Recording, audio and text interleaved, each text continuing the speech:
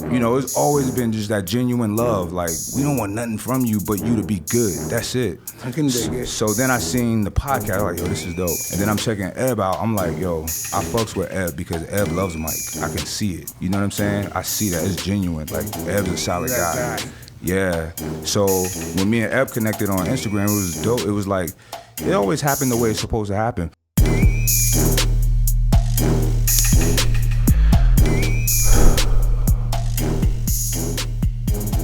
Hey everybody, welcome to another episode of Hotboxin. I'm Eben Britton. And I'm Mike Tyson. And Mike, we've got a blast from the past here, baby. Big time. These are my brothers right here, Manny and Mike. What's up? What's up, Mike? That's it. What's happening, Mike? Welcome, guys. Hey, let me tell you one thing. You know, this is how it started. Before we say anything, you know, I was in a Madison Square Garden gym in Phoenix, Arizona, and I met Manny. What was that, 97? What was that? What day? 96 or something like that. 96, 97. Wow. I met Manny. Yeah.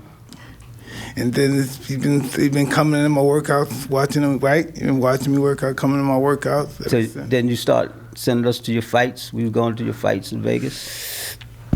The one round fights. I forgot about that shit. Yeah, the first one. I keep forgetting. When I was fighting, I used to always give tickets away. Yeah, I forget about it because I haven't fought in a long time. I forgot. I used to always give my friends tickets. People in the hood, they can't afford the tickets. I give them tickets to come to fights. First one was Francois Botha. Yeah. So that was my first pro fight that I ever went to. That was a little scary. He looked like he was trying to do something for me. Hey, I was saying that out there. I was telling them. I was getting mad that he was fighting so hard. Yeah. Do something. Until you killed him. Really? Until he died. Yeah. He shot him down. I remember exactly where I was sitting and exactly what I felt when you hit him with that right. And you felt it. Listen, I didn't feel nothing. It felt like I missed. Right. Oh, that's weird, right? Yeah, because you didn't even extend really. You didn't have to. Boom. He came right into you. Boom. He walked in. Walked into it. Yeah. That was my first experience. That was my first time going to Vegas. How did you feel seeing all those people and stars? That was a highlight of my life. Because I know when I first did that, you know. When you was giving me tickets, I was sitting, who was that sitting behind us? Who was that celebrity? It was a lot of people. De Niro, one of them. They was sitting behind us. De Niro was there. They go behind you. Yeah. Yeah. Grade, right? Yeah. Me. Oh yeah, we had excellent seats to where we could. The knockout, you felt it. You felt the thud. You didn't just hear it, you felt it. Right. Yeah. The reason, before we get into what they're doing, they were just good people. And you do that when you meet good people. When you meet good people, you just do that with good people. You don't have to know much about them. When you meet good people, you know this is good people. You just connected. Yeah, this is good people. He needs to be around us more. He needs to see what we do. You know, he's good people. Yeah. You don't let, from my experience in life, I don't let everybody that close to me. Yeah. Then you feel good people. You know, good people. There's a lot. I'm sure it's a lot, Mike. You meet so many people, and I haven't met as many people as you, but so it's a lot you probably don't remember. But you would take me out with you. We went out, right, in Scottsdale and stuff like that, and not just that, but like the stuff that you would do at the gym, like you would pay for people's quinceañeras for their kids, and like you did so much good stuff for people. All right, so my introduction to boxing was you. That was my era. But my dad did give me all the Muhammad Ali tapes. So it was you and Ali, right? But as for growing up watching, it was you. So you was my guy. We all from Brooklyn, like the whole nine, right? So I grew up like Mike Tyson is it. That's it. And not just the boxing side, like you're a cultural icon. Whether you see it or not, you are. You clearly are, right? So when we actually met you, I was like, wow. And where was the first time you guys met? In Phoenix. And this is my this was my first time seeing Mike. I'm sure you don't remember. You pull up sitting in the back of a Rolls Royce. You had a driver, and y'all was bumping Wu-Tang loud. I was like, that's so fucking dope. That's, you know what I mean? Like a black king. You know what I'm saying? Yeah. Bumping Wu-Tang, shorts, casual, the back of a Rolls Royce. Ready for the gym. Ready for the gym. Mike used to roll up in 5 or 6 black SUVs. And he had an entourage. They didn't like me because they didn't know who I was. They said, but you know why I think they didn't like you? Because you real. Because I was telling Eb one time, I'm watching you train, and you just wasn't into it this particular day. And this is when you had, what's the guy? He used to train Holyfield too. I know who you're talking about. Yeah. Brooks. But Brooks, yeah. So you was like half-ass hitting mitts, and you said, all right, I'm done. And then everybody was like, good job, champ, good job, champ. and I was appalled. I was like, it's not a good job. Like, why are they saying this? I was too young to say anything. I was like, oh, what the? Yeah. You know what I mean? But my dad, y'all connection was real, you know? But I felt like you had people around you that just wanted to be around. Well, I wouldn't blame you. I can't blame them. I would want to be around me too. But here's the thing, though. Here's the thing. I add value, like, I don't want to be around somebody just to be around. Like, if I care, you gotta say something. Like, they was letting you not train. You know what I'm saying? And applauding you. That's great. And I hated that. I remember one time I came down to the gym. Mike said, man, you got your car with you? I said, yeah. He said, let's get out of here. I said, you know what? Did we go somewhere? Yeah. It was a daytime party. In Arizona, they got a thing they call once a month, everybody go to one bar. What's the name of the bar? Oh, man. I forget. The Amvets, I think. What's the name of that black bar in the hood? Yeah, that's the Legion. The Legion, yeah. Yeah. Why used to be So the I took him Legion? there. He said, what is this, man? It's in the daytime. Why are all these people in here? And all of a sudden they said, hey, Mike Tyson's in the house. Mike said, Manny, I don't want to do no signatures and all that. I said, okay. I said, I'll handle it. I said, matter of fact, my stakes are raised. So you want to meet Mike? I talked to him about it. We had a good time. When we got back, your camp was mad at me. Where'd you take him? I said, man, talk to Mike. He your boss, man. Yeah, I'm the boss. Yeah. I like the dad knows I'm the boss. Yeah. I like being the boss. Right? Oh, Then that's crazy. you flew me out to Vegas to see your first show. Who? I did. Yeah. You remember The we ran into each one-on-one. other at LA Fit Expo some years back when you was first doing the one-man show. Yeah. And then, I brought Pops out. And we saw the show, and they said, you meet and greet. I said, they said, it's about $600. I said, no, just tell Mike Manny was here. They went back and told you, they said, man, send him back here. Yeah. Me and him came back there. He was back there kicking it. We kicked it for a while. He said, man, every time I see this dude, man, he got some fine chicks. You know, my man Mike, right? That, your friend is here, so Mike always had the nice girls with him and stuff. Yeah. Always had it built with him and shit. You know? Yeah. What do you call those guys? What are those warriors and shit? The Zulu warrior, man. Yeah. It's like a big buck and shit, with a white woman on his arms. I believe it, dude. Oh, shit. Yeah. So this is what I want to say to her. Yeah. What's been going on in your life, man? Every time I see him, it's always positive. He always look good. He always has these focus. He's always serious. And Nice. Man, I went through, a lot of growth. I stopped boxing early 2000s, and I just, boxing is a hard sport, training, and as soon as I found something that I thought like I could make a living, I said, all right, I'm good, right? I don't need to box no more. So I did that, and along that route, just growing up, making stupid decisions, and I went through a lot. Like I ended up, I got back in the streets. I was, doing my thing, and then I caught a big case. It was got killed or nothing, right? No. Oh. I mean, it's, it was a self-defense situation, and I became a fugitive. I went on a run, and I didn't want to be separated from my children because they was coming hard. Like Arizona it's like no reason, there's no logic behind how they. So, I was like, fuck it, I'm not going to jail. So I just left, and I wasn't running. I was hiding in plain sight. Right, I was just in California, next state over.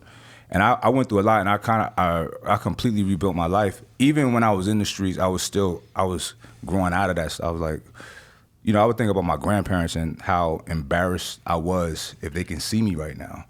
So I was evolving at that time, and when I left, I wasn't in communication with anybody that I knew. Barely would like send messages to my dad, and I had to. I don't know if you remember this, Pop, but I've always been really self-sufficient and resourceful. I've been in other countries by myself and just figured it out. So this one time, I was running out of money because I'm a fugitive, and I hadn't eaten for like 2 days, and I was like homeless. Like I didn't tell my dad a lot of this stuff, and a couple days, like I'm rough it out. I know I got something coming on Friday, whatever. And I was like, the only way I'm gonna eat is I'm gonna go steal. And that's raising my possibility of getting arrested. And it ain't gonna just be for theft. They're gonna know who I am and take me back, and you know what I mean? So I broke down and called my dad, because I never did that. So it was so, like, as I'm talking to him, like, I couldn't even say it without, like, my voice just cracked. And I didn't even finish it. He says, how much you need? Where you at? And you sent me $300. And that $300 was everything to me. You know what I mean? And you know, like, I had right before that, a few months before that, I had the big house, all the cars, jewelry, everything. Scottsdale. It was all gone, stripped, right? I had cars, like, everything's gone. From that to being in the streets, like, homeless, is a huge contrast. It's not like I was some bummy cat and that's just my existence. Nah, listen, brother. The distance from the limo and the gutter is just one step. One step. Yeah. That's true. One step. I can attest to it. I was there like that.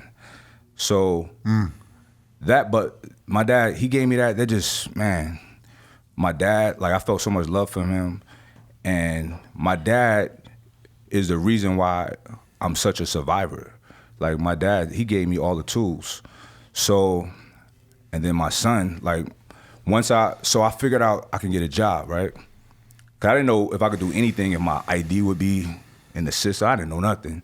So I took a chance and applied for a job and got a job. I'm like, okay. So I saved up enough money to move in with somebody that's looking for a roommate. I'm like, okay. Save up enough money to get my own place with a roommate, and still didn't have a car, I have nothing. And I was angry, Mike. I was so mad because I was a boss in the street, and it was people under me that was happy that they thought I was done, happy, laughing, talking. I'm hearing it, and I was so angry. I wanted to go back and just show up on people's doorsteps and, hey, what's up? I know that, just do bad things to people. And my son's mother, shout out to Vanessa, she sent my son out to be with to stay with me for a little while, and I don't know why, because my life was a mess.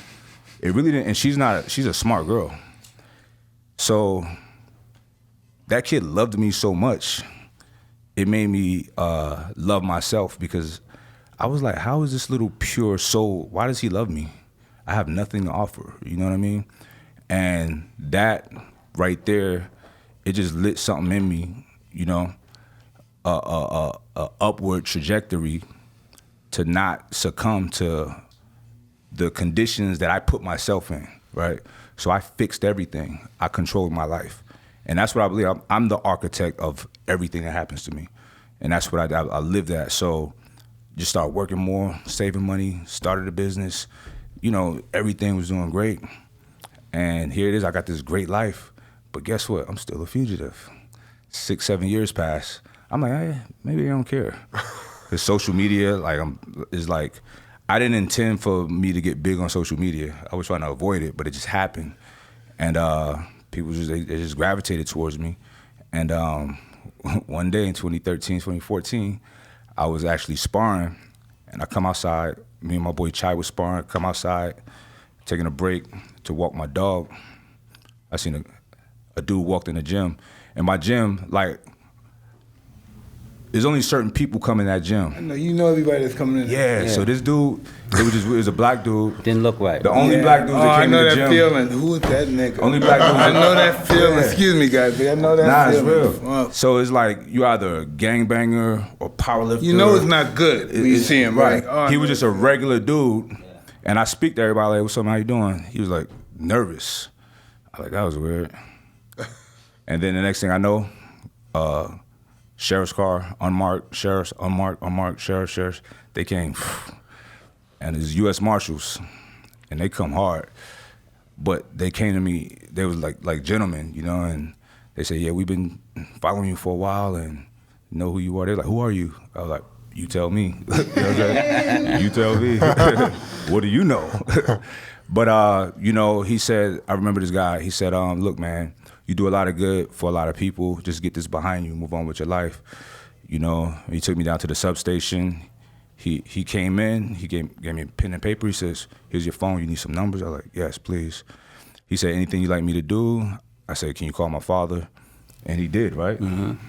He called my dad, told him what was up, and I just had to deal with it. You know, I had to sit in California for a while before they extradited me. I went through that whole process, and got to Arizona, bonded out, got an amazing attorney. Shout out to Brian Russo. I love him to death. I love Brian Russo. Brian! He was expensive, and I want to pay him extra. You know what I'm saying? I know those. I felt that way too before. Yeah. So fought it and beat it. You know, and life is good. It couldn't be better. It couldn't be better, man. God is great. Yeah, It man. is, yeah. God is good. It's amazing. Yeah. So Manny, you boxing is part of your life. I grew up, I used to box a little bit, PALs in Brooklyn, you know, Bed-Stuy, Gates Avenue. Howard. Yeah. But I never went pro, but I loved the sport. And I made sure my son, I introduced him to the sport just so he'll have confidence in himself and he could take care of himself. Because the difference between a kid who can't box and a kid can is a big difference. But I taught him to respect that sport. You can't be a bully. Yeah. It's like a loaded gun. You can't play with it. Somebody come at you, you could even walk away. You're in control. Somebody step too close, take care of them. I used to get phone calls. He's about 14. I get a phone call from a police officer. We have your son down here. I said, "Oh, what's going on?" He said, "Well, he was on a bus and he knocked a man out." And he said the man approached him sexually. I said, "Oh, okay, cool, man." So I went down. Okay. He's defending himself. Yeah, I went down there, got him, and he just evolved. And to be honest with you, this young man had talent. He could have went a long way, but he started rapping. Yeah. And he got good at that. But I still said the boxing, he was a natural. And That's a lonely lifestyle, though. It's Yeah. really dedicated to it. It's pretty yeah, lonely. yeah. I think that's what it was. It was like, Yeah. you know, I had my dad, but it was outside of that, there was no support system. Yeah, And yeah. being a black fighter in Arizona is no teams. It's there's a hard no- hustle. You know, Yeah. so it's people don't understand, like when you got I look at Floyd, right? He got his entourage. That makes it easy. It makes it easy. His whole family. When you by yourself doing it, I used to show up to fights. My coach ain't even there. I'm by myself, literally by myself, and I'm like, this is not fun. You know what I'm saying? And the older I got, I just kind of rebelled against it. You know what I mean? The discipline and Yeah, all of because that. it's structured. You know, anything that's structured, as you get older, you're going to rebel. You're going to rebel, else submit to it totally. Yeah. Right. Yeah. Yeah. Interesting. Interesting how that happens. However, though, you know, it took me a few years. Like, when I stopped, I couldn't even watch boxing because I loved it so much. And I seen guys that I knew that I was better than, $1 million comp making money. I'm like, so I couldn't watch boxing. It took me a couple years. All money's not good money, though. Right. But when you're young, you're just like, man, when you know these guys. But when I start back, you know, I love boxing with everything, right? So I got to a point to where I was like, I wanted to start, because I'm cool with so many fighters. I was like, maybe I'm going to start managing some guys, help them make some money. And I'm talking to one of my guys about it, and my son is listening. And I was like, man, I should just get back in and turn pro. And his eyes lit up. But I did. I'm going to tell you why, Mike. I did because I said, well, I asked him, I said, you want me to fight? You want me to turn pro? He's like, yes. I said, okay. So I did because just to challenge myself. It wasn't like I was trying to make a career out of it, but just to get in fight shape, which is different. You know what I mean? It's hard. And I just wanted that on my thing before I died. You know what I'm saying? Yeah, so, and something for my kids to be proud of. So I did it last year. And it was hard as hell, you know what I mean, the training. How do you control your emotions in that situation, right? Yeah. It was hard. I mean, that's one of the hardest things in life, controlling your emotions. It is. Mike, would you say you felt very lonely in your boxing career? Absolutely. Yeah. Absolutely. That's why I always, after I finished running, I would go to some girl's house. Right. Like at 4 in the morning, I get up running, I call and say I'm coming over. You like find people to get around Yeah. you. Yeah. Yeah. Makes sense. But people would think I was breaking training because I was going over girls' houses and hitting them. I was, but I was lonely. You know, I was just over there to talk to someone because after I finished running, it's 5 o'clock in the morning. Now I can't sleep and I'm up. I want to talk to somebody. The only thing I got to do is exercise, sit-ups. I said, why not do it over the girl's house? I could do the same thing, but I have some comfort. I have to do my exercise, working out, but I could still hug her or something, kiss her when I'm there. Yeah. You used to like get up and walk like 10 miles too, right? I used to run 5, then after I finished running, I walked 10 miles. I remember one day you called me up. You said, Manny. I said, yo. He said, I'm at so-and-so on Van Buren. I said, okay. He says, and I'm going to the south side. Why don't you come walk with me? I said, man, you crazy to walk. I said, it's 120 degrees out there. I said, I'll meet you over there. And I met you. I used to walk that I'm fast speedball. I used to read about these great gladiators from ancient time, these Greeks and Mennonites and all that stuff, how they walked 20 miles and how they invented the marathon by running 26 miles to relay a message. So I said, I want to do that. Let me just walk 26 miles today. And you did it too. Walk 20 miles today. Just do it. Just I love that. Part of psychology. But my feet felt like they took a fucking blowtorch and Yeah. It was hot in the house. Yeah. Yeah. You would get in shape like that though. Yeah. Extreme about being in shape. Extremist about everything. I really vibe with that. It's I love that. It's funny when before I quit fighting, I was like, I'm gonna go hard with this. We was around you, and I'm getting tatted up. My dad like, why you doing that? I'm like, don't worry about it. And to me, it was like war markings, right? Yeah. Definitely. And I almost got your face tat because I was so. I didn't. You know how many people got this tattoo on their out their fucking mind? I'm saying, fuck. I got talked out of it. I mean, I don't know how I ran into you or talked to you or something, and you sent me your gloves with that tattoo on it. And a lot of other little stuff. I gave my son one of the gloves. I kept one of them. Yeah. Well, the best part is what Mike was gonna get tattooed on his face. Oh my goodness. Hearts and shit. I was high and shining of the heart. Dude. Did it have a meaning? The heart? Yeah. No, it's That's hilarious. shit. But you know that tattoo's like a landmark. Yeah. You set it out there. Yeah. Absolutely, man. Yeah. It's a Maori warrior symbol. Yeah. Yeah, man. It's So, big man, time. tell us more about your business and your partner. Yeah. Tell me about that. I want to know how, well, I guess you were around training your whole life, basically. And what was sort of the first step you took? Because you're really, man, I mean, you know, I hate to use this term just because you're way more than this, but you're a fitness guru, you know? Everything you do with training and nutrition and mindset around how people should approach training. And you've got a massive following there. And you've built an incredible business. I was talking to Sean earlier about the products you guys sent me home with. It's my favorite protein powder I've ever tried. Nice, Really? perfect. What's it made with? Plants. It's plant-based. Yeah. We got to get some for here. Mike, you would love it. It's Are plant-based. you still vegan? I'm on plant-based. yeah. Okay. He's all plant-based. It's awesome products. But what was the first step? Like, how did you fucking even figure out that you could use social media to promote this way of life and this message? Well, initially, I wasn't trying to. Social media was starting. I'm like, all right. I used it to like track my clients' progress. Instead of just having a before and after picture, I would have a video of when Jennifer couldn't do a pull-up, and now she's doing 10. You know what I mean? I thought that was more compelling than a before and after picture. Yeah, for sure. So that was getting me more business, more clients, right? So every now and then I would throw myself up there working out, right?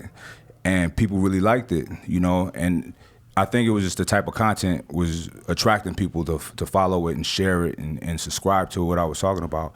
So then I started doing more long-form videos on YouTube and of my strategies and my training. And my training always stood out because when I stopped fighting and I was just lifting weights to me was just too easy. It wasn't like when you boxing training, you leave it all on the floor.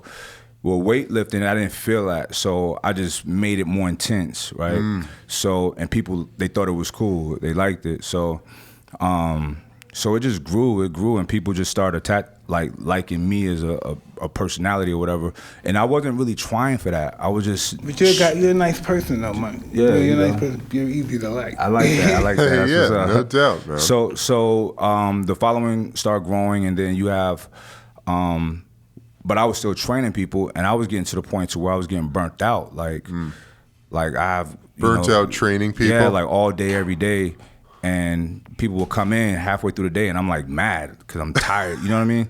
So I'm like, I need to do something. Yeah. So I didn't take supplements before, but then I started taking like fat burners or just for energy, and I liked the energy, but I didn't like everything else. I would feel nauseous or have anxiety. Yeah. So I was like, you know what? I started taking pictures of the ingredients. 'Cause I don't have a science background or any of that. So I would take that, and after work, I would research.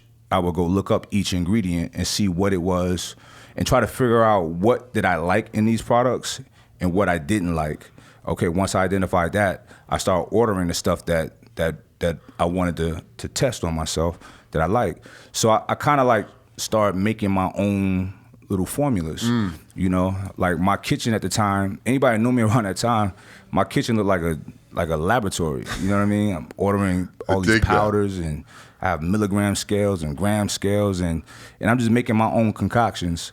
And then when your social media grows, I'm sure you, like, because your mic, you got a lot of people coming at you with pictures like, hey, you want to partner with this or do that? Well, I never see. I guess somebody said, yeah. I never saw it. So people started reaching out to me like, hey, you ever thought about this and that? And then I had a guy who had experience in manufacturing supplements reach out to me like, hey, you ever think about doing this? I said, actually, I'm kind of doing it, but just for myself.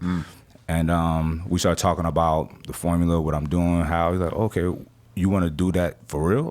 I'm like, whatever, I guess. Yeah. So I didn't think nothing of it, so we came up with the formula that I came up with and made a pre-workout, and the shit worked out, you know? So the pre-workout was the first supplement? That was the first thing, yeah. And then I kept adding more and more and more, and then that became a real company, you know, and it grew, it peaked because my partner, like, he was content and I wasn't, you know. But also I wasn't like I had that company for a few years. I sold it last year. I wasn't really into those kind of products anymore. And this is when I had already stopped eating meat, and I was eating 1 meal a day, and I was trying to take my health a lot more serious. So I'm on that level now where I'm going to the 1 meal a day thing. Yeah, Right. talk to Mike about it. 1 meal a day I for. took a shake. Normally I take a good fruit shake with some berries, shake, and some agave, and boom, that'd be it for me. right. Yeah. I've been doing that for 15 Probably been doing years it forever. At The least. Prophet Muhammad only ate once a day. That's all I do. Yeah. Your digestive system is getting less work Yeah, opposed to 3 times a day. Which system will last longer? no doubt. No Cause doubt. you have the leaky stomach syndrome. You get that. Yeah. You still leaky. It's a lot of issues. I juice in the mornings. I juice in the mornings. I have What do you juice, Manny? different fruits. Okay. Plus, every morning I have a teaspoon of garlic and honey. You let it sit. I go right to the head with the. You go all the way? Yeah. And then I take apple cider vinegar. Then I do. I do a tablespoon of olive oil and vinegar. Yeah, that's cutting you out. Then some days when I juice, you don't do this every week. I juice beets, apples for the taste. That's natural sugar. Beets, apples, and some celery, which tastes nasty if you drink it by itself. And that'll flush you out too. I dig it, man. See, I love, listen, right, at this stage of my life, I'm a man, like when I was in my 20s and teens and stuff, even in my 30s, I always wanted to hump, but when you get in like your 40s and your 50s, you like to dump. You know, fuck the hump, it's about the dump. You like a good dump? Yeah, oh, you have a good dump, Don't you be be, saying, listen, you be on the man. toilet, whoa, That was a good man, one. oh, got to You be wanna more applaud careful. yourself. Oh, and then I go tell my baby, I had an awesome shit, baby, this came out, I feel like 20 pounds lighter. I thought I was sick doing that. I'm saying like, Yeah, this gonna feel good. I told my wife, she said, what are you doing in there? Gut it out. Yeah. That was a solid. Evacuate. There's nothing in there, and you don't know that That's you're how you want it. dehydrated till you start drinking water and you feel yourself swelling. Yeah. That's how you want it, man. Yeah. You That's gotta hilarious. shit. Yeah. If you don't shit, fuck. But if you don't fuck, shit. But if you don't shit, fuck. Yeah. It's so true. That's a T-shirt slogan. Yeah. Oh, man. Absolutely. Yeah, Mike, so you're on the 1 meal a day as well, Right. which I think for a lot of athletes might think that's crazy. Mm-hmm. You know, and you keep all the muscle mass that you hold on to. Listen, You this know? is not crazy because listen, the greatest Right. gladiators that ever lived, Exactly. they looked at their marrow and their bone. They were all vegetarians and vegans. Mm. And that violent sport, that vicious violent sport, these are vegan competitors. See, I got a notion about the 1 meal a day, right? And this is what I tell people.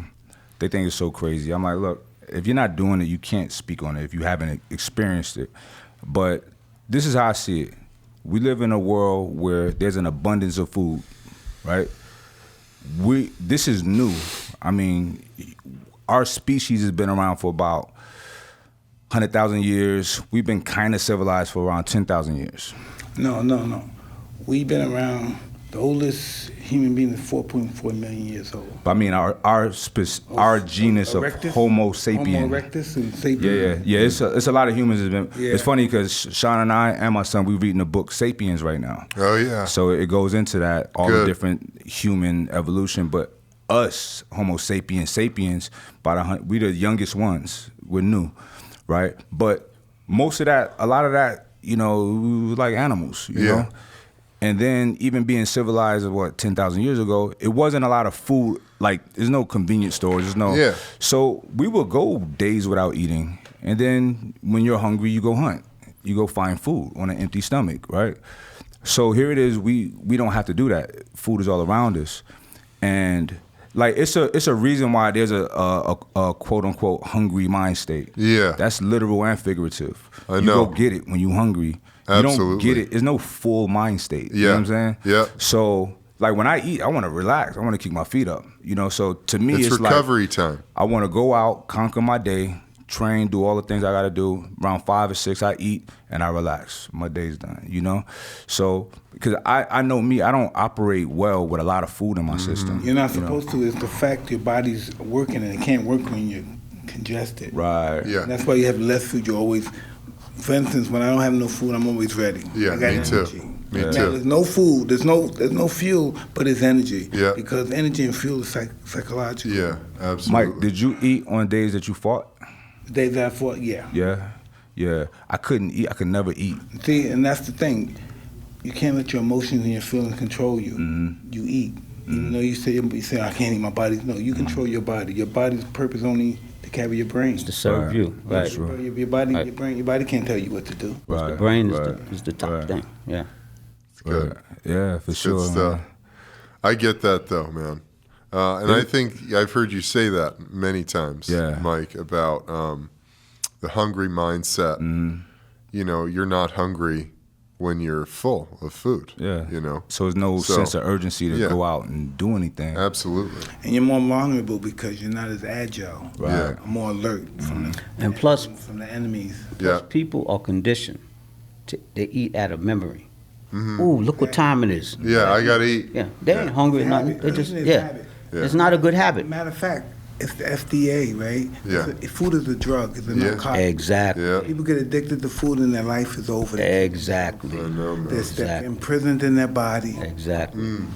You should eat 3 times a day. Yeah. Yeah. Get your 3 square Listen. meals. Yeah. I know a guy that only eats after he shits. If he won't eat unless he shits. You gotta get it out. Yeah, you gotta go shit. The only way Make room. Yeah, he won't do it.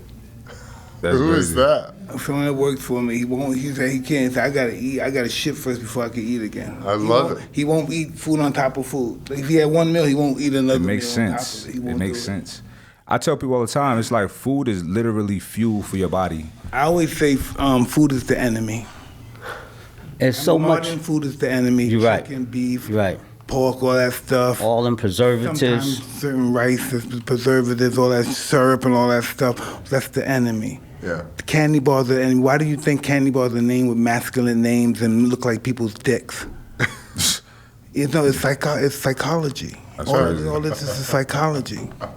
The Three Musketeers, payday, that dick, yeah, fucking, that's payday, baby. Snickers? Huh? Snickers? Laughing at you.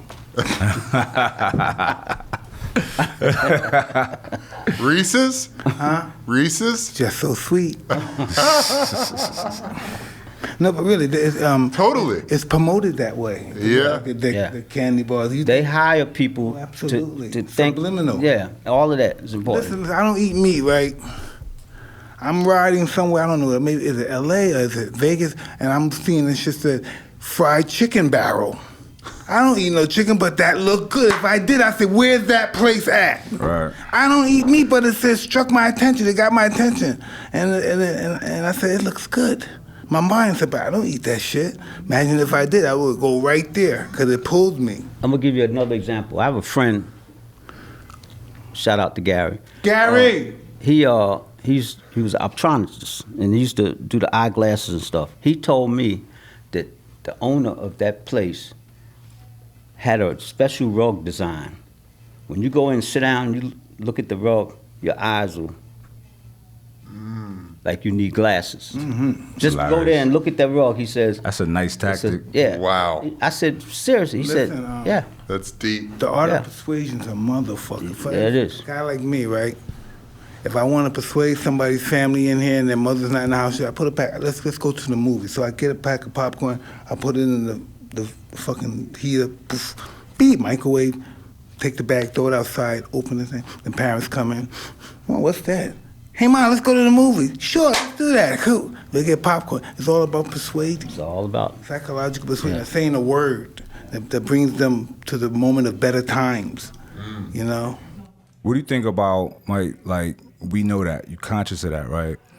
And I feel like there's a small percentage of people that are conscious of these tactics and aware of them. And we may even use them, and most people aren't. You know, they just don't see it, they don't get it. You know, is there something to that? Do you think that, I've been having conversations about this recently over the past few days, like the evolution of man. Like we kind of talked about it on our podcast, my podcast, and I feel like I don't think that people are getting dumber or smarter. I think it's always been the way that it is. A small percentage of people that kind of get it. A large percentage of people that get it. I have to disagree with you because there's more information now. Even if it's fake information, there's more information. So we under the notion that we know more than somebody 10,000 years ago. We don't. Then probably we don't know. You know? They live longer than us. What about the notion of, like, let's say the scientists or whomever before us said they got to this point, for us to start here and get to that point, you know what I mean? And then whoever's after us will build on top of that. Listen, we're going to evolve regardless. Who did it, what did it, how it's been done. We're going to evolve. We're going to evolve to self-destruction. You know what I mean? But the world's going to still flourish. I agree with that. I don't think, people say that we're destroying the earth. I don't think we can. I think we can destroy ourselves. No, we can't destroy the earth. Yeah. How you going to destroy the earth? We can't even conceive of the earth. Right. We don't even fully understand it all. all. For what people told us it is. Yeah. We know nothing about it. For its, you know what I mean, from its simplicity, we know nothing about this place. We know nothing about, who are you? Who's your father? Who are we? You think he's just your father? Him and his woman just had you and that's it? They're vessels, you know? What do you think? I just think we're going to figure it out when it's over. Right. You know? Yeah. We I like should. thinking about it, though. It's fascinating. Awesome. It's It's awesome fascinating. think how great death is going to be. If life was this great, just think about death, how good that's going to be. I look at it from that perspective. So you think it's another stage of consciousness? Absolutely. It's not just nothing, just darkness? I think it is too. Listen, I think it has is to too. be, because every time I go to sleep, I die because there's nothing. If I wake up, I wouldn't know if I was dead or not if I didn't wake up. When I'm sleeping, it's just a bliss. It's nothing. I don't see nothing, I don't hear nothing, and I don't something. I just wake up. So that's the closest thing I've been to death. Death is nothing. Death is fun. It's easy. I'm having a ball sleeping. I feel great. until I wake up. I don't fear death. What I fear about death is the fact that I have relationships with people that I love and I won't anymore, as far as I know. Really? Yeah. But we don't really know that. Yeah. I don't know. We don't know that. In my mind, when lights is out, is a wrap. I don't think it's over. Listen, look at your fears. Your fears that you won't be important no more, you won't exist no more, that you can't hear your name mentioned in your brain no more. It's your ego torturing you right now. Telling you you're somebody and you're not going to exist no longer, so what are we going to do to prevent that? It's just, listen, you've been divinely guided ever since. You didn't do this. You think you're smart enough to put yourself in the suit? That's your ego telling you. God's been guiding you. Just let him take, when it's time to go, let him take you then too. He's been doing it all this time. Just let it go. Stop trying to think it out. You'll never know. Stop. Leave it alone, nigga. That's true. Let him just take you. Let him take you. Let him take you. That's deep, Mike. Absolutely. Just I let him like take you. that. I like that.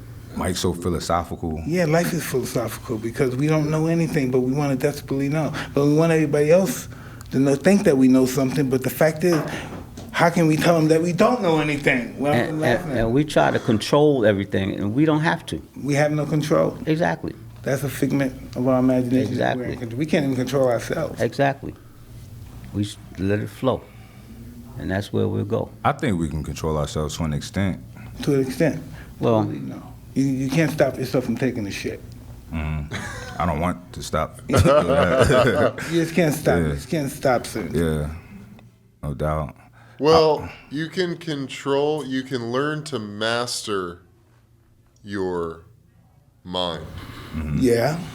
And your ability- will always betray you. Because look, most people, it's like you're driving a fucking motorcycle down a 1-lane highway 1,000 miles an hour. And shit fucking animals are crossing, people are crossing, other cars are crossing.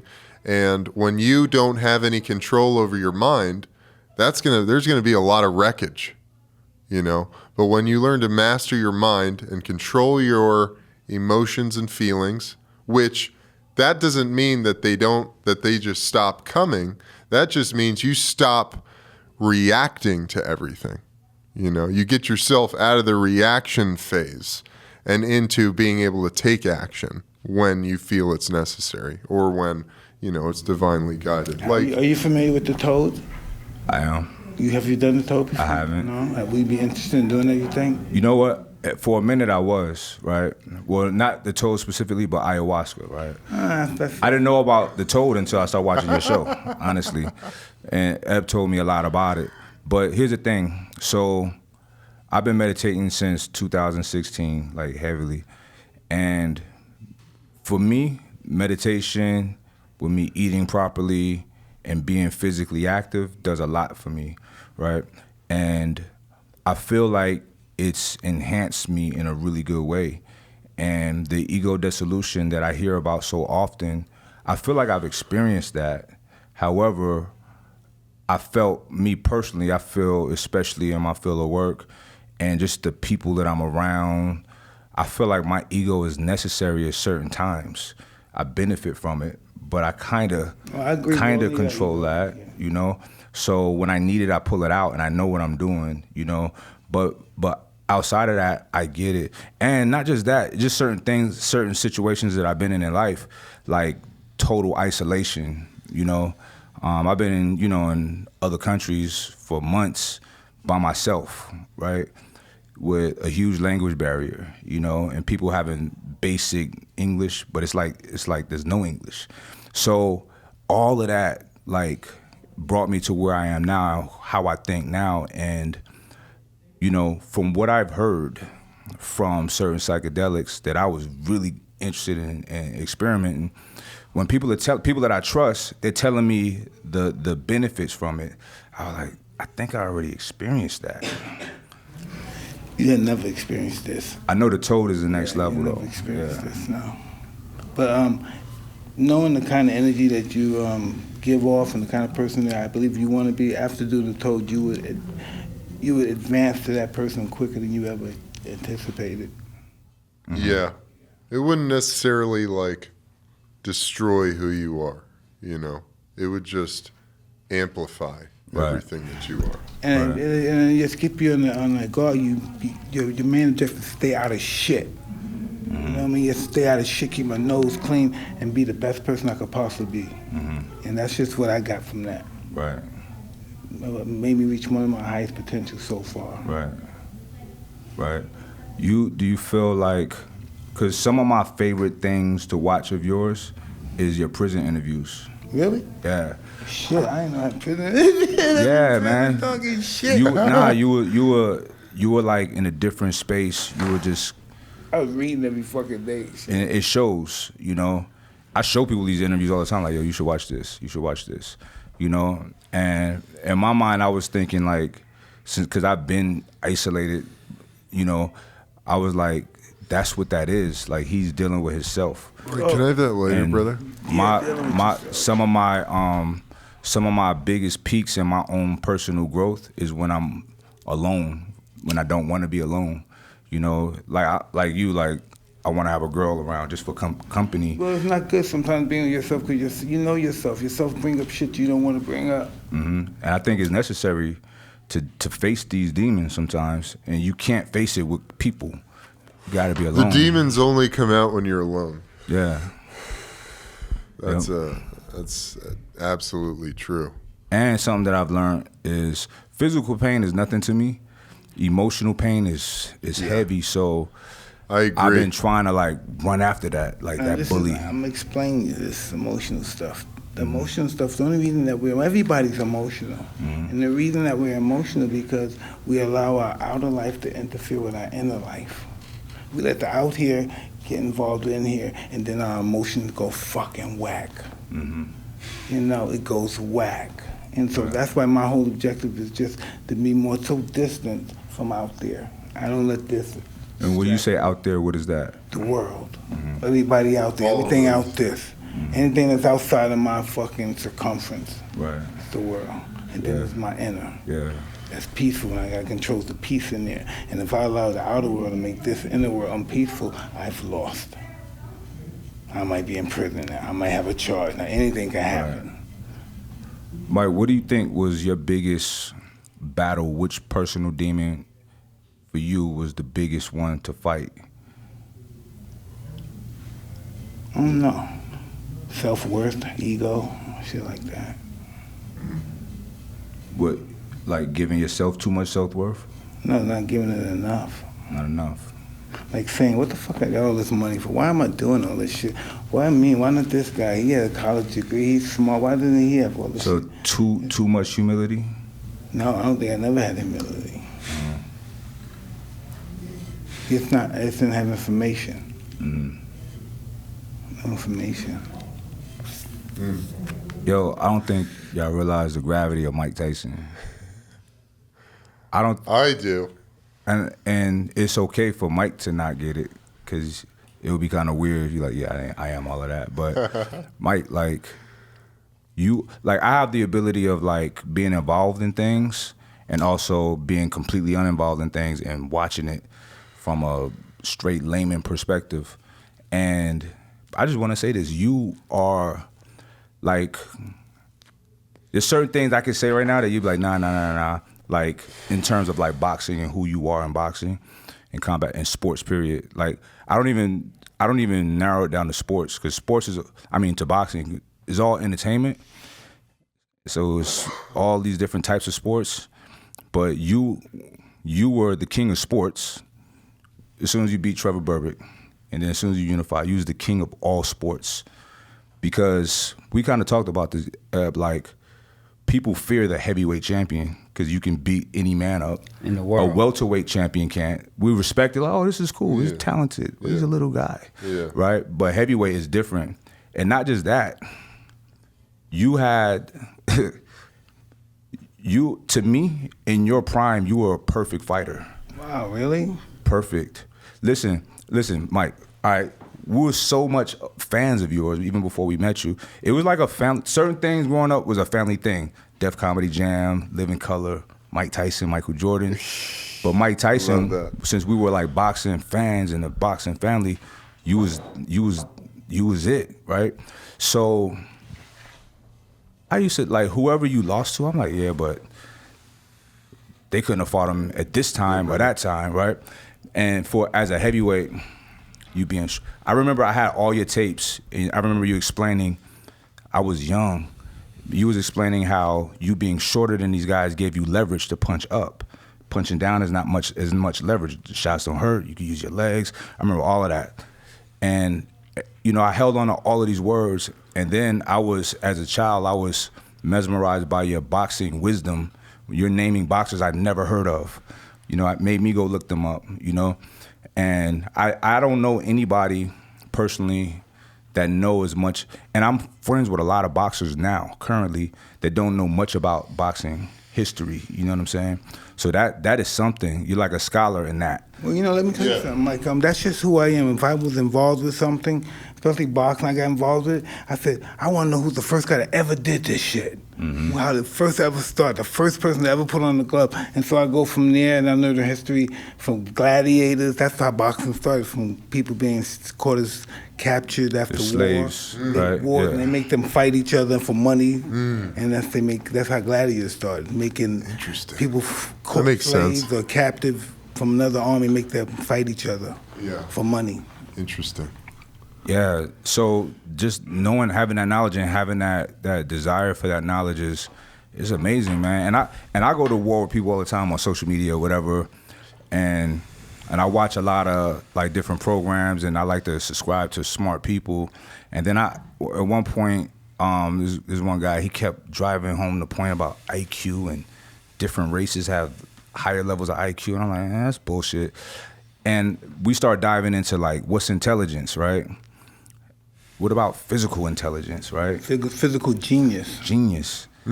Is way more important than some, scholarly intelligence, right? Because at the end of the day, we animals and we got to survive. You know what I mean?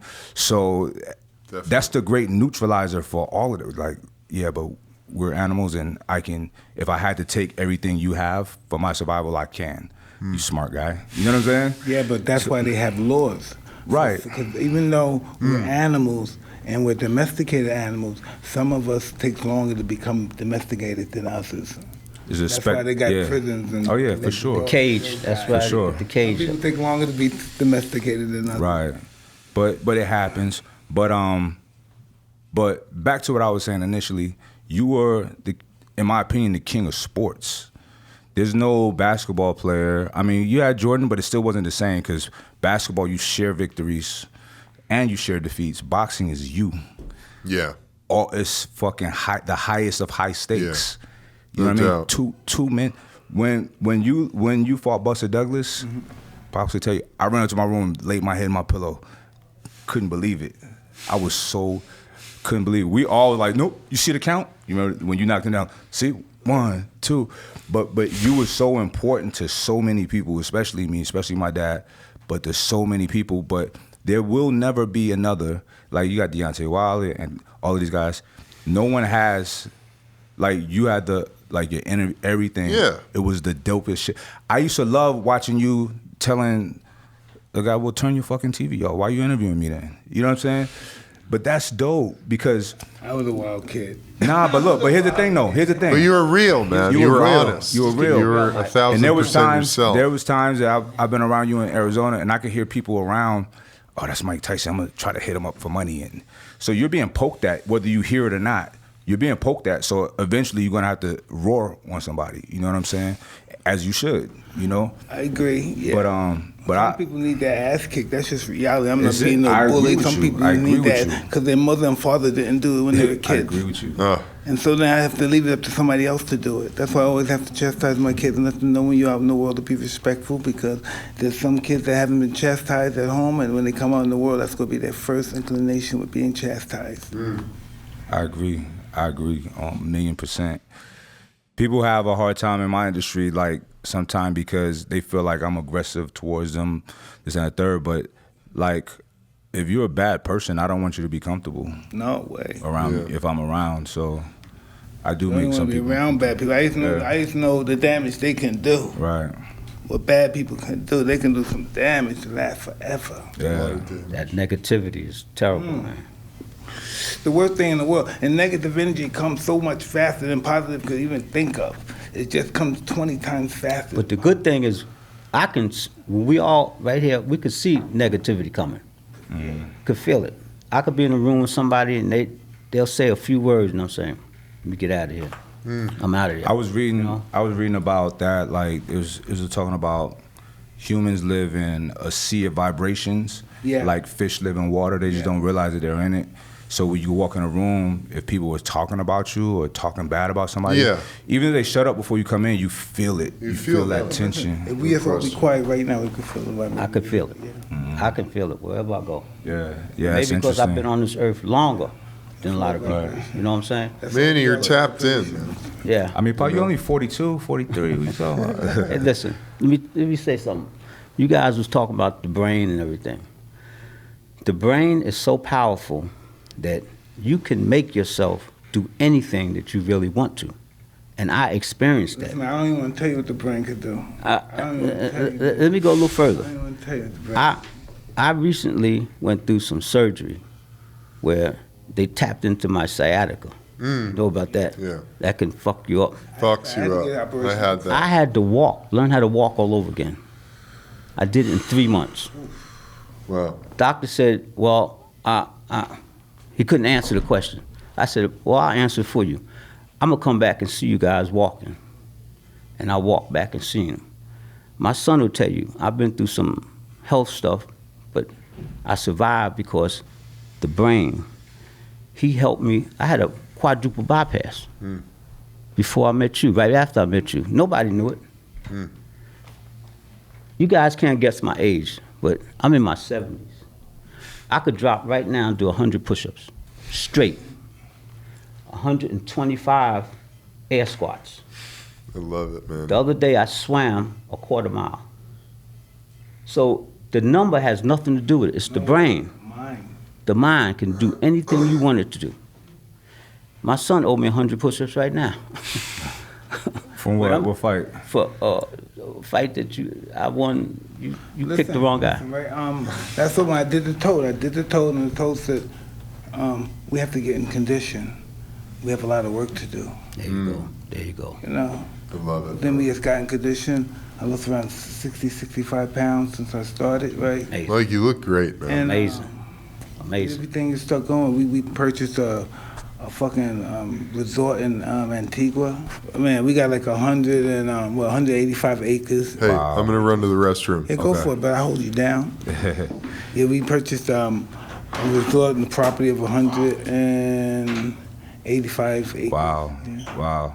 And they're gonna use your land for their Oh yeah, event. it's going to be a resort for the Europeans to come over here. Right. We're going to be cannabis friendly and everything, right. liquor friendly. Wow. They gave us a casino. Wow. Wow, that's hotel. amazing. Yeah. And When- then we're getting ready to go to, I believe next week or somewhere to Amsterdam and get ready to purchase a hotel and some, what are those places?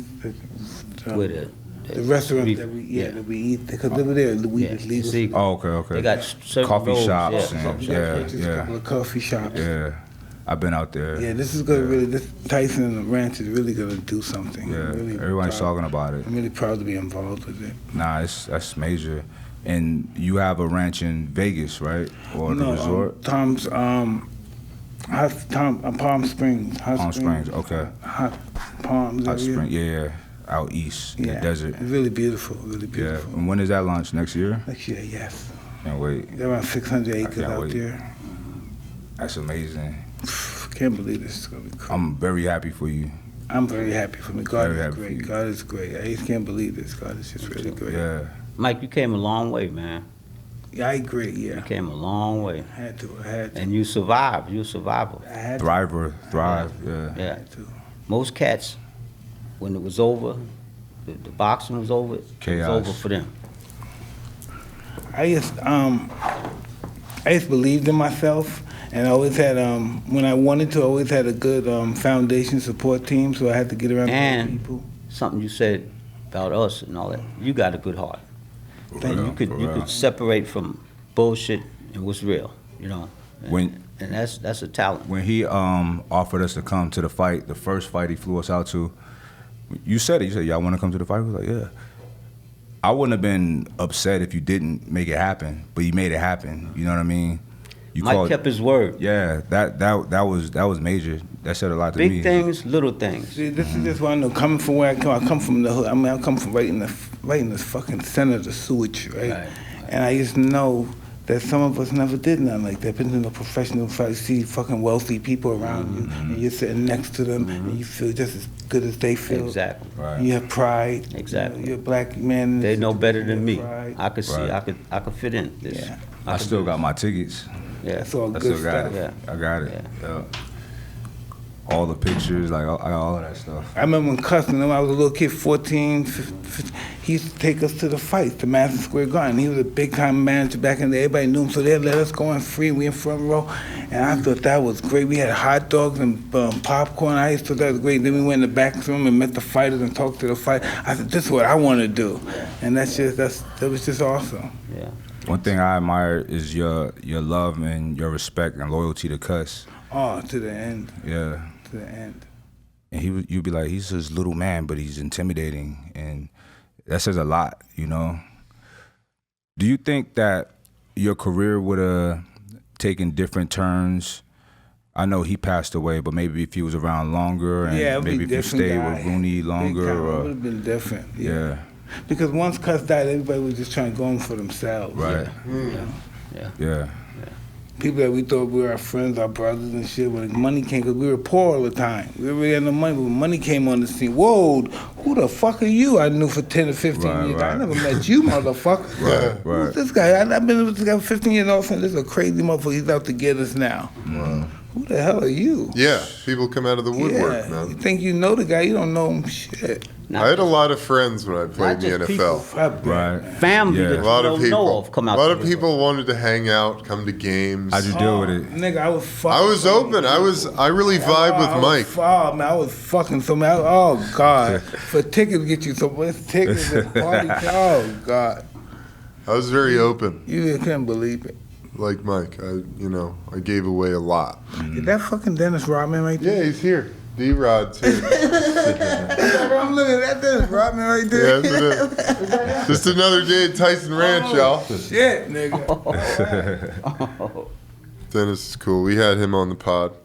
That's dope. Yeah. Well, man, I'm so glad that But Manny, I was able to help get you guys back Listen. together. You ain't telling me what you and this nigga right here do. Pop, let Sean come in real quick. Come on, So you Sean. can Yeah, explain. absolutely. Talk about the Comp, He's out here with Ambrosia tight-ass jeans with Collective. holes in them and shit, and boots look like a Nazi nigga. Dude, fly. Looking like a Nazi. Shit, man. No. Is that your sex appeal, those pants or something? nigga? Definitely. Don't go to jail like that. Oh, fuck. You on your head, Sean. But nah, the Ambrosia Collective. All right, so I already had a company. You know. Oh, Pop, you want to sit right there? You're good. Are you good? You don't need that. keep it. You don't need to. Yeah, Nah, just hold on to that. Here, man, you want to sit right there? Yeah, this is You move it fine. right here, bro. thank Here, you take me. No, you all right, man. No, man, that's for you. All right, thank You you. deserve that. Thank you. Look at you. You're an inspiration. Thank you. Come on, man. All right, so I had a company. Sean had his company. We have What another was the party. company? What was the company? My previous company, it was just a typical supplement company. Okay. You know, so making plenty of money. He making plenty of money. We was all making plenty of money, and we was just talking about, like, what if we came up with, because we were all evolving and growing, you know, and wanting to be healthy. So, and things in a supplement business is not always super healthy. It's not always that good for you. There's a lot of Usually bullshit. Right. This is a guy who's taking Y'all a lot need of to get Mike Tyson supplements. strand of pills out there, man. We need some vitamins, yeah. some Mike Tyson vitamins, y'all. let's do it. Mike Tyson That's what I'm vitamins, saying. y'all. That's easy. That's easy. We love that. We could put that together. Right. So we talked about, look, all right, we making money. Mike, I so love that. Let's start another company and let's make the absolute best products that we can make that's actually healthy for people, right? It's good stuff. Let's source the highest quality ingredients, right? And let's make it affordable. We're not really tripping on making money on this. I mean, we don't want to lose money, but we're not trying to get rich off of this. Let's just do it just because we can, right? Let's give it to the poor people then. Because we can. So we did that, and it started doing so well. Like I sold my other company. We all just went all in, and now it's just growing like leaps and bounds. We tour all over the world.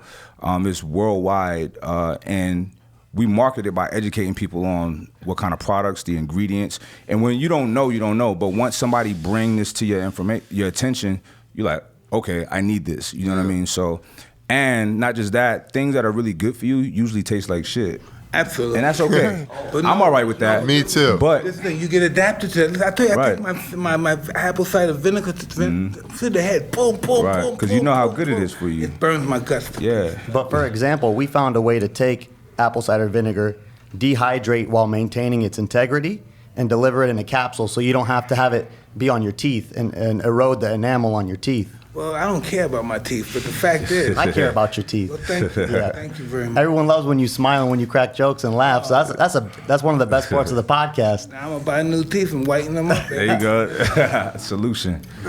But we're serious about making the world healthier in every which way, and that's what we've been focused on. We deliver products that help with that, but we also provide the motivation and the programs, both workout-wise and nutrition-wise. We need to go in business in some kind of food product. Yeah. Let's do it. Healthier and stuff. Do it, man. We'll talk about that. We'll talk about that because we actually have ideas for that. Beyond meat and all that stuff. I'm Listen, Making Mike, deals, baby. We got, listen, Mike, you have no idea the portfolio is vast. There's nothing that we can't do at They've the got a highest great level. shop. I think we it's should close go to in you. business together in some kind of way, and we should do some fucking health food that keeps your dick hard, keeps you vibrant. And I you want love all that. that. I I love want all that. that. The thing is, like you love saw, it. you watched the Game Changers movie. I know you did because you were referring to some of the stuff about it. When you eat healthy and when you run your body and fuel your body right, your dick is hard. You wake up hard, and you go to bed hard, and you operate at a higher level. Dick stays hard. Exactly. all night long. It's good things. I love that. I love this thing. Mike, they hooked me up. I went down and I was on their podcast. It was awesome. They're down nearby you, man. So you should go in there. Newport Beach. Yeah, you should go in and check it out. Now, once I'm home. We don't leave the house. Yeah, I For feel me, I'm not mad at that. I'm I not mad at feel that at you, all. Mike. I'm gonna I like feel that you. too. That's how it is. The We marriage. could probably Well, that's why they came here. Yeah, for Mike that'd be Tyson. good. That's how it is. Yeah. From work, we go right home, and it's a wrap. Right. Yeah, right, bro. Right, It's right. all about God and the kids and love and all that shit. That's what You it's watch- about. and you watch- reality shows. Yeah. What shows are you watching right now? Yes, and even the fiance shit. Have you watched, 90 Mike? You days. gotta A watch. 90-day motherfucker. God Mike, damn, huh? you gotta watch Murder in the Bayou. Oh, I don't watch no negative shit. Nothing about people dying and killing. No? I don't watch nothing negative no more. I'm fascinated by the psychology. I just don't do that no more. I put that out my psych. I used to go to sleep with this channel on. Well, that's another kind of fast. You know, Law and that's Order, another all that. kind Yeah, of yeah. Watch that stuff no more. Yeah. the following. Oh, I've heard of that. Good one. I dig it, man. I think the same way as we're careful about what we consume, like dietary-wise, we're very careful about what we consume Absolutely. content-wise. Yeah, we try and It's only take as in important. information. Wait a minute, This bro. is when the illusion You're comes in. you're gonna tell me you don't do any negative stuff, but you're watching some reality shows. Oh yeah, that's childish stuff. It's light. It's light. That's childish like- stuff. I get it. A 90-day fiance. We all know this is scripted stuff. You know what I mean? It's like. It's not like Nah, 90-day cop. This lady and her son just got killed and shit, and they chopped the finger off from the wedding band. It's funny. Like I watched a few of those, like Making of a Murderer and all of that Yeah. stuff, and it stresses me out. Yeah, It's it's like, been I a can't- while. Yeah. This show, it's fucked up and it's crazy. You have you're insensitive to people's feelings. Because once you Yeah. see it over and over, then you say, fuck them. You used to seeing people get shot and dead. Fuck that nigga. It should have happened to him. Next thing you find yourself saying that, he deserved it. You know what? I'm gonna say this, What? but I could probably use a little more of that. Really? I would think that you're that way. You strike me that way. As how? It's very peaceful and loving. I know. That's why I need So a you little. need some I need a balance? little bit more like grit and grunge, and I need to remember that the world is not as peaceful and pleasant as it is in my existence. We have to make it that way. That's just like I strive. I've taken I've me seen years. that, yeah. You know that. The ego wants you to be afraid of that. for it could change. Yes. For it could stop you from change. Yeah. I want you to be afraid of everything. Dude, I'm just on the fucking freight train of change. Yeah. You know? See, my thing. I love how, can I point something out, Yeah. Mike? You guys in particular, and maybe Manny uses this word, but you guys use the word evolve a lot. And you have this appreciation and recognition that things are always in a state of evolution, you know, and constant change and turning over, and, you know, all of how our consciousness works. And, you know, you have the flow of creativity and ideas and thoughts and the way you observe yourself. And we are constantly, as an organism, like taking all of that information in and bettering ourselves in some way. Maybe not getting better. You know, maybe we only think we're getting better, listen, but I don't believe in think. I believe in we're getting better. Even if you think you're getting better because the thought created. But I'm saying in a tainted vessel, getting better could mean not necessarily getting better. I think anybody and anything can improve if it wants to. If it wants to. It wants to. I agree. Yes. If it has the understanding of that. And in the spirit of like evolution, all things evolving, I'm with it all. You know. Yeah. We did a podcast about, we were talking about Neuralink, the interface that Elon Musk is developing to connect yourself to AI and all of that stuff. Yeah. I'm like, this is great. The people in the comments were so negative about it. Yeah. Oh, this is the mark of the beast. Oh, the government's gonna control your brain. Oh, I'm like, calm down. Like, this is happening whether you want it to or not. Yeah. Just like cell phones. Cell phone is like witchcraft. You take it back 100 years. Like, what? Oh, I could send a video to somebody. You know what I mean? I don't even understand how it works, but I love it. You know what I mean? Because I feel like there's nothing, like, things are not good or bad. Everything is a utility for us to apply it however we see fit. Yeah. Some people want to use it for good. Some Absolutely. people use it for bad. You know. It's all spirit at the end of the When you think day. about your cell phone, if you look at it from that, well, let me throw negative, right? Let's throw a negative. Your cell phone is only a tracker. Mm-hmm. We love it so much we can't get rid of it. So nowadays, since we have the phones, it's going to change. When we die, we get the person we love the most, our phone. Mm-hmm. That's how our phone is our will. Mm-hmm. So when you die, Yeah. somebody goes, "Can I have his phone?" That's the closest connection. You know what it is too? It's a brain. It's a piece of our brain. It's a hard drive for our brain. How we think, what we think. It's an extra it's brain. all there. It's all there. But I have to say, I got to go back. all right, too much drink. Yeah, too much drink. It's But not all that goody stuff. no, I have to go back to in the process of evolution, every human being is doing the best they can at their level of consciousness. So you are constantly getting better. Like my wife over know. there. See my wife over there? Know my wife? And she know her thing is, she thinks she can help the world. She thinks she's going to help Dennis and make Dennis come. You know, she just thinks she really wants to help people. I know. That's her goal. That's just, I know. You know, and sometimes when you're a friend of everybody, sometimes you're an enemy Enemy to of yourself. yourself, yeah. You know? I try to tell her that, but she, you know. Why? Explain that to me. Excuse a me? friend that everybody, you're an enemy to yourself. Yeah. Like, what does that mean? That's because your self-purpose is to help everyone else but you. You want to help him with this help. What about your situation? Why don't you work your situation? Yeah, I can see that. I know You people got like so that. much help for someone else, but you know. But I love my wife, and she just has a big heart, and that's just Yeah. what it is. Do you think there's a balance that she could achieve where she's doing both? Listen, I think it's who she is. It's never gonna stop. It's just who she is. And she said, "Well, I watch my." It's just who people are. We have to accept them and love them for even the qualities that we don't think are so cool. Right, that's when you really love someone if you I don't know if embrace that's- all I the don't know if qualities. that's really love, but that's just part of the game. All that's when you really love somebody. Now, all that's bullshit. When you really love somebody, you do this and do that. Sometimes you don't love somebody, you do things that only the person that's madly in love with somebody would do. It's our choices of what we do. Our choices give people the perception that it's love. Our choices, but it couldn't be love sometimes.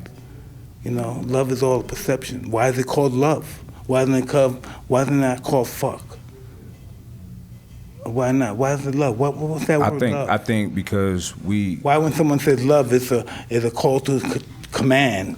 You know, people say, "Get the fuck out of here," else you really do. I think as the animals that we are, we come up with certain rules or arbitrary things that once we all agree upon it, then it's a thing. It's not arbitrary anymore. Like when you say like, why is it called love? I think because we all like, you know what? Yeah, that's love. Man and woman, marriage. That's what love is about. Because it used to be different. Like marriage was like property. It's like, this is my property, like a slave. This is my woman. This is my property. Here's my last name, like a slave. But now love is, or it used to be the merging of great families or empire. Like now we're bigger. Yeah. Right, like Caesar and Cleopatra, or Cleopatra. A business partnership. Business. I think love is an ideal. You know, love can't be tangible. It got to be something else because it's just thought of it that makes you believe that I have a connection with that person. That's why I love them. It's a thought. Love is just a thought. There's no physical being. It's just you do physical things from the thought of it. Yeah. Well, here's why I think you do tend to take someone as they are. You start to realize that some of the things that you think you love about them or like about them, they're all ebbing and flowing with the things that you don't like. Like some of the things that you may love about your wife or think you really like, they might be the same characteristics that on the other hand you don't like, but they lead to each other. Like who we are is a complete thing. It's not able to be isolated. So someone who's very emotional, that leads to them being very caring, but maybe also volatile. So it's like they all go together. So since we can't separate it, you tend to take them as they are and appreciate all the good things about them and work with them on the things that are not as favorable. Well, if I decide to, I will. Yeah, and that's a decision we all get to make. Yeah. What is that decision based off of, though? Excuse me? What is that decision based off of? Like, how would you decide, why would you decide to accept them or not? Why wouldn't I accept them? Why would you, like, what would you base that decision off? Just from our experiences together. With the person, right. Yeah, it's our experiences and stuff. Some people, listen, this is a quote from the Unknown Pimp. He's a fucked up motherfucker, but he's our fucked up motherfucker. Yeah, I get that. I like that. That's real. Yeah. I think that's love. Yeah. You know? For sure. Yeah. That's the essence of it. Everybody's interpretation. Yeah. Love is listen, when you talk about love, respect becomes more powerful than love. Look how many times love has been portrayed other than respect has been portrayed. You know?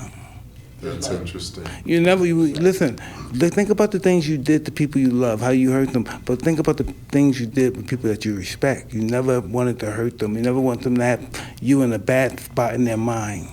Right. People get married today, and the percentage on marriages that last 50%, right? No, 69? 3 out of 4 marriages don't work. Yeah, because listen. So wait. Now listen to this here. So you go skydiving, and you ask the instructor, how many parachutes? What's the percentage that work? He says 3 out of 4. You ain't gonna go there. So why would you go there? Wow. No, listen. That's just an analogy. This is interesting. All. No, it's an analogy, but Yeah. the reason why we go there because it's a call from God. Yeah. You know, look, what's a stupid motherfucker with all my money doing, getting married all the time, don't have no prenup. It's a call for God. You know, it's bigger than me. It's about the kids now. It's their turn to live now. In the moment, it's going to be, I won't exist. Fuck you, Mike. Well, now it's their turn. What are they going to do? You know, we're nothing in the scheme of things. Our ego tells us we're bad motherfuckers. We got money. We got big things. But we're nothing. We're going to die in a moment, very shortly.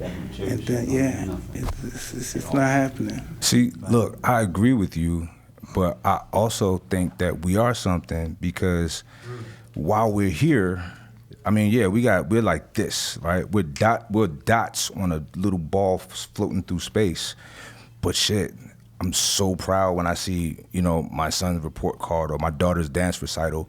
Like those things, in the big scheme of things, like when you think about like 3,000 people died in a tsunami like that, right? How volatile life is, but how precious and how good we feel when certain things that we are really into happen. You know what I mean? These certain experiences. Yeah, you see, some people might not want to believe that, but all that stuff is an illusion, brother.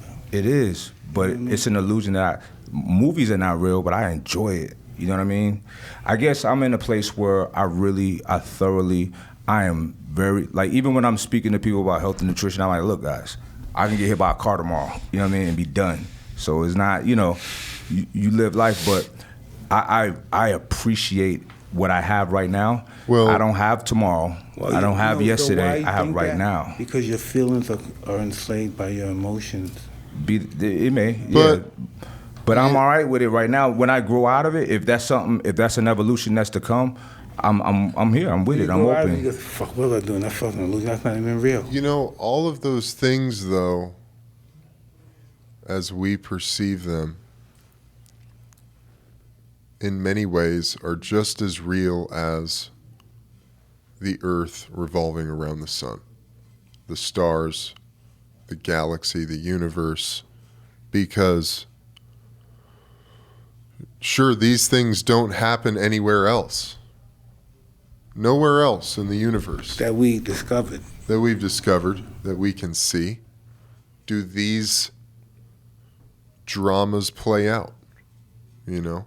This is all spirit. We're all the same things. Absolutely. If you believe in the Big Bang, we are literally particles of stardust that made its way into a human form that are now expressing all the energy of the Big Bang through human consciousness. We're made out of You know? all the minerals in the planet. We're made out of oil, diamond, platinum, Exactly. copper. And- That's all we are. That's all we are. That's why on other So- planets, they're made of the same shit too. So there's an energy, there's a gravitational force, there is a network of flow between all of these things, the stars, the planets, the sun, all of that. Why would you think that that's separate from us too? I don't. No, I know, Yeah. I know. It's all. But it's all. See, I even embrace it, Eb. Like this is all natural. Yeah. This is yeah. all from the earth. It's not some mysterious Thing. part. And we, You like just pull our something minds, out of nowhere. some intelligent person with a brain like mine and yours, figured out how to manipulate these elements like alchemists to where we can transport our voices across the world. Yeah. People are looking at us in these cameras. This Like, is where the fuck did our voice even His name go? is Thomas Edison. Thomas Edison. You know what I mean? And Winston, So- Henry Westinghouse. What do you too. think about people? There's some, crazy conspiracy ideas about Edison stole a lot of his technology He did, he ideas did. from Tesla. He did, but listen, yeah. And Edison said, And why was Tesla killed? I don't know about that, but I know Edison tell you, he said, you got to be a good stealer, and I know how to steal. So Edison's good. Hey, man. Yeah. Listen, J.P. Morgan stole General Electric from him. That's his culprit. That's Edison coming General Electric, and they believe that J.P. Morgan stole it from him. That was his scientist. He was J.P. Morgan scientist. It's all of that. I mean, those are just our ideas about it being stolen. And when he made the light bulb, he said, "You're so stupid." Well, also the idea of stealing intellectual property like that is like, where did the first guy get it? It's just an idea that floated into his mind. Right. All an those idea. guys like Jay Gould and those guys, those guys. They Like, were it didn't really come from one person. It came from everything. Right. You know? Right. Yeah. It's not always who does something first, but just who does it the best and gets it out to the most Puts people. their the name quickest. on it. Right, and who put their name on it. Yeah. The winners are who writes history. You Yeah. know? Like I was watching 300 the other night, right? It's one of my favorite movies. I like that movie. Love but I'm like, 300. why do these Greek people got British accents? That's not a thing, right?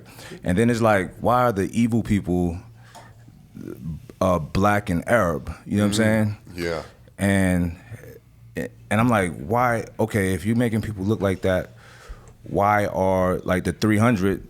That story is, of course, is a fiction, but there was an It's a actual real story. The 300, Thebes. Yeah. So the 150 Gates of Fire. They were 150 lovers. bisexual They were or gay lovers. lovers, right? They were lovers. Like, tell that part of the story. You know what I'm saying? But it's like, okay, no, I'm telling the story, so I tell it how I want to. Yeah. So at the end of the day, it's whoever's telling the Right. story writes history. They're Exactly. the greatest fighting team. Exactly. The gay lovers were the greatest fighting Yeah, team. yeah. It makes sense. Like listen, for instance, Benedict Arnold. When you hear that name, like bad Yeah. name. Traitor. Benedict Arnold's the baddest motherfucker in George Washington's army. George Washington was jealous of him. You didn't know that, did you? No. Yeah, exactly. Yeah, it's crazy because that name is associated with he's bad. He's cute. Oh, he's a badass. But look what the history done to him. Right. Yeah, you got to win to write history. West Point, all that stuff, champion and everything he's done, and now he's a fucking traitor. Yeah. Wow. Question to ask you, Mike. You ever wrote your own biography? Pretty much, yeah. It's out there? Yeah. Oh, it is? I missed that. Yeah. Undisputed Truth. There probably needs to be a new book, Mike. Maybe. You know? When we blow this up. When we blow this up and we get those deals from our stuff, our sources. Yeah. And have a world changer vitamin supplement with Mike and Sean. Listen, Dick Stay Hard. That's all DSH. day. Dick Yeah. Stay Dick Hard. Stay Hard, baby. The DSH. I like that. Well, EJ. Here's the mission that we're on. We want people to understand that the decisions that we're making every day set us up to be able to take control of our own health. Mike came doubt. from a space, and so did I, where we were focused on our physical performance and looking and performing good, being strong, like you were as an athlete. But we evolved into the state of like wanting to take care of our brains and our consciousness and our relationships and build meaningful lives to us and to help everyone around us. And as we did, the products we wanted to make changed too. And that's why we had to create Ambrosia Collective. That's the products that we make now. That's our brand, where we're producing these products that are letting people think on a higher level, take care of their organs, their eyes, and et cetera, not just their muscles. So like one of the things that's inscribed on our product, hey, Planta. you could have big muscles. Everything's a muscle. You could have big muscles, but we want to develop all of them, and we want to take care of the body, and that's what our products do right now. That's what they're designed to do. Exactly. great stuff. I know that thing is hard. No, it's all good, man. We're about to wrap it. Okay. Yeah. So listen, this is what we're doing now, man. Our company's worth around $300 million, and Killing the game. killing. I'm very proud of all of us in here. We Yeah. all worked real hard and stuff. Yeah. It's been a lot of fun to be a part of it, Mike. It's fun to watch. It's fun to watch. You know, I love where you was at in the 80s and 90s. I love where you are right now. You know, Yeah, it's all about evolving. Yeah. I don't know what I'm gonna do. Yeah. God willing, if I'm live 10 years from now, what's gonna happen then? yeah, I love Have it. an oil company or something. There's gonna be new minerals because I hear some Energy. new minerals are gonna be out. Yeah. Energy. Well, So I'm Mike, I'm mad happy for you. Thank you, bro. I'm so happy for Yeah, you. we can ready to do that again, Manny. Yeah. yeah. On tour. Hell yeah, dude. Yeah. And Mike, so when I was watching the podcast, all right, so when I saw you in LA a few years ago at the expo, so this is how that happened. I'm gonna tell a story. Like, I love Mike Tyson, you know what I mean? I look at him like a big bro. And he was one of my childhood idols, right? After my father, you know? So I'm watching there was a LA Fit Expo, and I had no interest in it. This is probably 2011, 2012. So I'm just hanging out at home, and then somebody put on Twitter, or Facebook, I just seen Mike Tyson at the expo. I'm gonna go see my big bro. So I drive up there by myself, and I didn't know where you were at. I just walked in, and I happened to walk right to where you was at. You was like this. You was signing pictures. You know, you weren't even looking at the people, right? So I just stood there. I just stood there in front of you, and I didn't say nothing. You had your hand out like for the picture, and you looked up. You was like, "Look at you. This is my friend." You told me to come around. You like, "Look at you. You look good. You used to be so skinny." And da da da da. He said, "How's Manny? Call Manny." You remember that, Dad? Yeah. And you call him like, "What's up, Manny? What's up, nigga?" Da, da, da, da. You just shut the line down. You know what I'm saying? You know, and so, you know, it's always been just that genuine love. Like, we don't want nothing from you but you to be good. That's it. I can dig it. So then I seen the podcast. I'm like, yo, this is dope. And then I'm checking Eb out. I'm like, yo, I fucks with Eb because Eb loves Mike. I can see it. You know what I'm saying? I see that. It's genuine. Like, Eb's a solid guy. Yeah. So when me and Eb connected on Instagram, it was dope. It was like, it always happened the way it's supposed to happen. When I moved to Newport or that area, people were like, yo, Mike Tyson live out here. I'm like, that's dope. Really? I've even seen you at some UFC fights. We'll be like, you know, we're all front row, but it'd be like a gate. And I'm not gonna yell. I'm like, I'll see him. We'll run into each other. You know what I'm saying?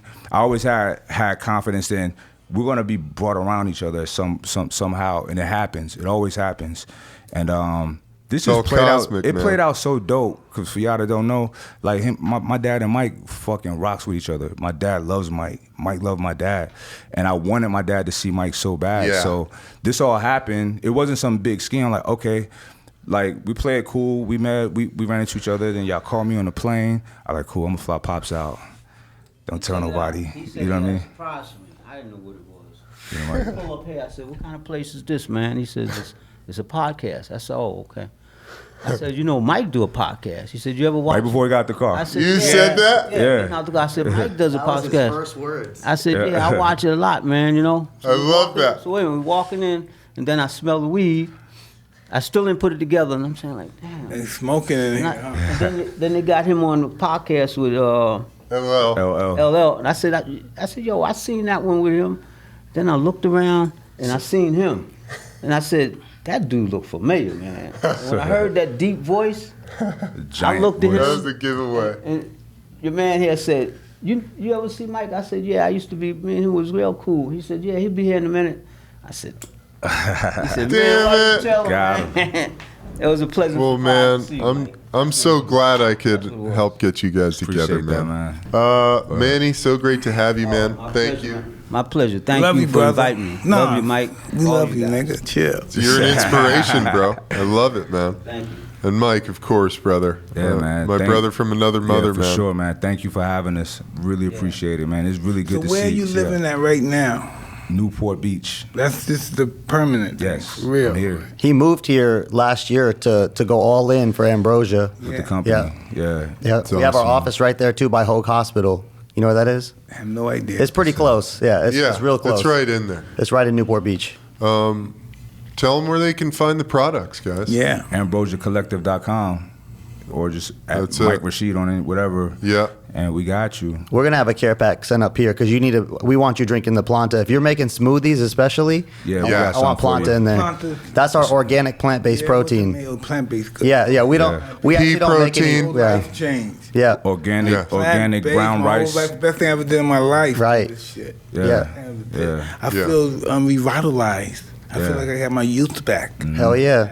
Great, bro. This is dope. It's awesome, guys. Yeah. Well, Mike, great show, man. I think so. Yeah, it's beautiful. A lot of fun. A lot of fun to 100%, have you guys here. A lot of love. All love. I'm gonna go dig get it. to work on the Tyson vitamin. Yeah. Fucking Yeah. A. Dick stays hard, baby. Yeah. All right, y'all. Well, Let's do it. Will y'all Thanks for buy that? joining Y'all us. Leave a comment. Would y'all buy that? Y'all want that? yeah, leave I a think comment. they Do you want the that. Dick Stay Hard Dick pill? Stay Hard Dick Stay pill. Hard pill. I'm All sure. natural. I'm sure most dudes Organic. watching this Blast shit from do. the past. Blast from the past, baby. Hey, check out our website, hotboxinpodcast.com. Be sure to subscribe to our YouTube channel. We love you guys. Until next time, I'm Eben Britton. I'm Mike Tyson. Mike Rashid. Sean Torbati. Manny. One love. Yeah. Love y'all. Peace. Peace.